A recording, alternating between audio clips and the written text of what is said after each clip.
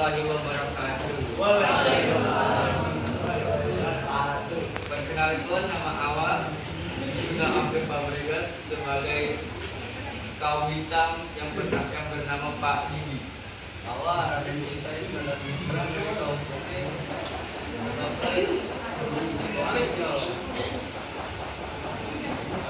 Saya Sarah Nurhayati dari Belanda, namanya Heli. Dari kaum putih yaitu kaum Padi. Perkenalkan, nama saya Sarah Dua, berperan sebagai Sunik dari kaum Padi. Perkenalkan, nama saya Nawaratna dari kaum Hitam, berperan sebagai Dewi. Perkenalkan, nama saya Jatuh Sarifah, berperan sebagai James dari Belanda. Perkenalkan, nama saya Siti Selamat menyaksikan drama Pras Badri. Pada suatu hari, di mana sang mentari terang menderang. Namun, tak lama kemudian, nampak asam hitam datang, yang merusak pemandangan dan membuat banyak orang risau. Tak lain, mereka adalah penjajah Belanda. Kedatangannya pun membuat keadaan tak lagi menyenangkan.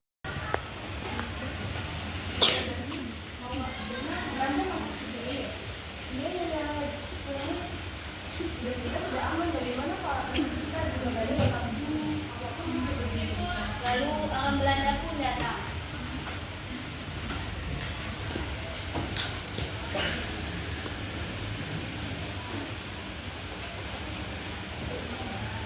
Hei kalian, tunduk dan hormatlah kepada Ai. Jika tidak, Garhos dan isinya akan menjadi milik kita.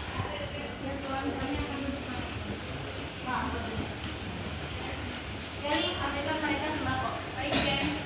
Kelly pun mengambilkan sembako untuk diberikan kepada Sudik dan Darmi. Ai punya pertanyaan untuk kalian. Siapa yang kalian hormati di sini? Hei, siapa mereka? Ayolah yang harus dihormati di sini. Kelly datang membawa sembako. Ini sembako buat kalian. Sudik dan Darmi pun Peggy, ada 2 kaum yang dapat kita berdomba. Sekarang tugas kita mengadu domba 2 golongan itu. Ayo kita pergi rencanakan item apa? Oke. Di tempat lain, Tuanku Imam Bonjol dan Sunik sedang jalan di pemukiman penduduk dan bertemu dengan kaum adat. Kaum adat duduk di bawah sedang melakukan permainan kartu atau judi. Mereka sedang bermain judi. Saya mendapat. Dan Darmi dengan kaum saya. Hei kalian, hentikan permainan itu. Kenapa? Islam tidak boleh memain permainan judi. Itu kan sudah tradisi kami. Tidak, ini kalian tidak bisa melakukan itu. Baiklah, kami akan pergi dan tidak melakukan itu. Baiklah, Ustaz, pergi. James sedang berjalan-jalan dan bertemu dengan Sunik dan Darmi.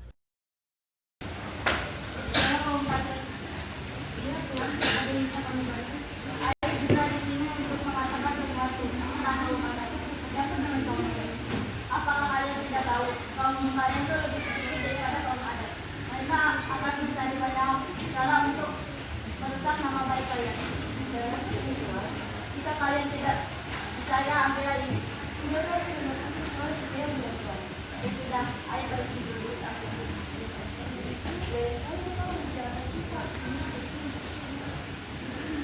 Di tempat lain, Kelly sedang menghasut kaum adat. Setelah mendengar itu, hati kaum adat berapi-api karena perkataan dari Belanda tersebut. Karena terhasut, Darmi dan Dewi bertemu saat di jalan. Apa maksud kamu menjelaskan nama Ella kaum kami? Apa bukan orang-orang kalian yang menjelaskan gosip tentang kaum adat dan kita minta baik kepada kami kita?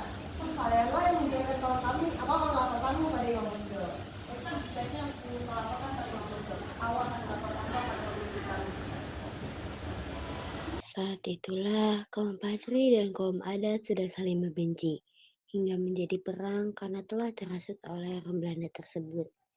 Namun dalam peperangan ini kaum Padri mengalami kemenangan di mana-mana, hanya untuk menyadarkan kaum adat bahwa yang mereka lakukan itu adalah salah. Datuk, kita tidak perlu berperang untuk mengetahui siapa yang salah dan siapa yang benar. Kita bisa bicarakan ini baik-baik. Namanya kenapa? Kamu takut melawan saya? Saya tidak takut, tapi ini bisa dibicarakan baik-baik. Bicara kau. Perang pun terjadi antara kaum Padri dan kaum adat karena kekalahannya kaum adat kepada Belanda untuk meminta bantuan. Keesokan harinya, Selamat sore, Tuan James. Ada apa dan begini? Saya meminta Anda untuk bergabung bersama kaum adat untuk melawan kaum Padri. Apa manfaatnya dikasih air? Jika kita bisa menang, kita bisa membagi dua wilayah Minangkabau.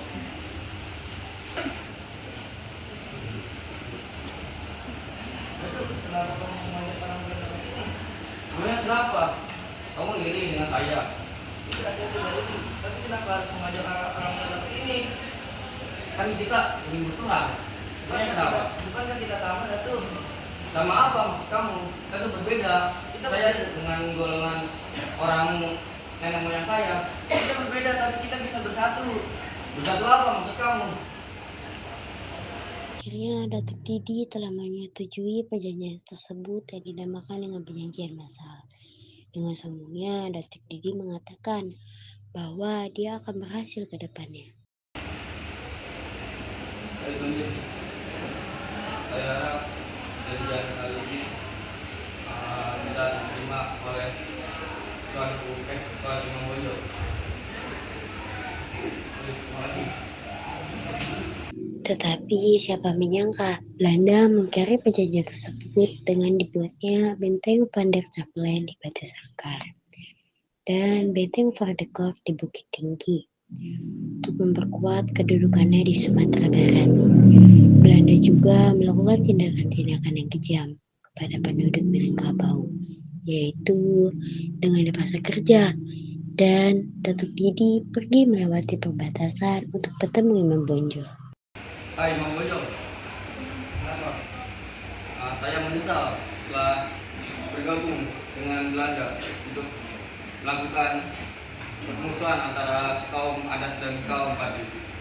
Karena kamu tahu kan, Belanda itu cuma memanfaatkan kita. Sekarang kalau sudah seperti ini, kita harus apa? Sebaiknya kita berperang bersatu untuk melawan Belanda. Baiklah, kalau begitu kamu kumpulkan pasukan kamu. Siap. Kita akan bertemu di tempat peristirahatan Belanda. Siap, Tuan Bonjol. Kita usahakan jangan sampai ada yang kalah. Kalau misalkan kalah, kita usahakan lari jangan sampai ada yang ketangkap. Baiklah.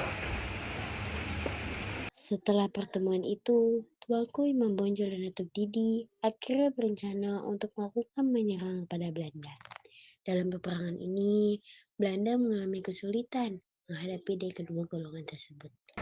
Apakah pasukan kamu sudah siap? Siap, Tuan. Baik. Kalau kayak gitu, kita serang dia. Ayo kita serang.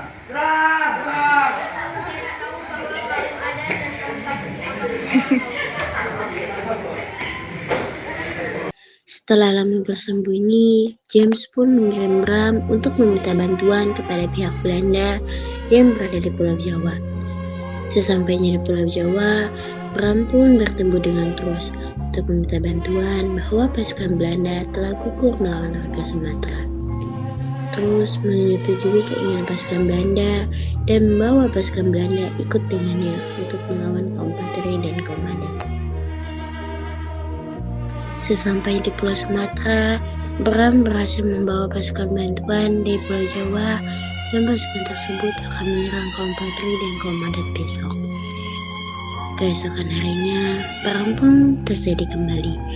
Setelah mendapat bantuan dari pihak Belanda dari Pulau Jawa, Belanda berhasil menguasai Pulau Sumatera Barat, tetapi Tuanku Imam Bonjol dan pengikutnya berhasil meloloskan diri dari pihak Belanda dan melanjutkan perjuangannya.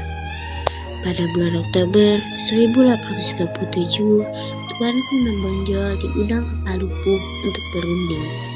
Tapi pada saat itu juga tuanku Imam Bonjol ditangkap oleh Belanda dan diasingkan ke Cianjur, kemudian ke Ambon, lalu ke Lotak, Minahasa, dekat Manado, dan meninggal pada tanggal 6 November 1864, dimakamkan di Minahasa dan Pulau Sumatera Barat, Minangkabau menjadi milik Belanda.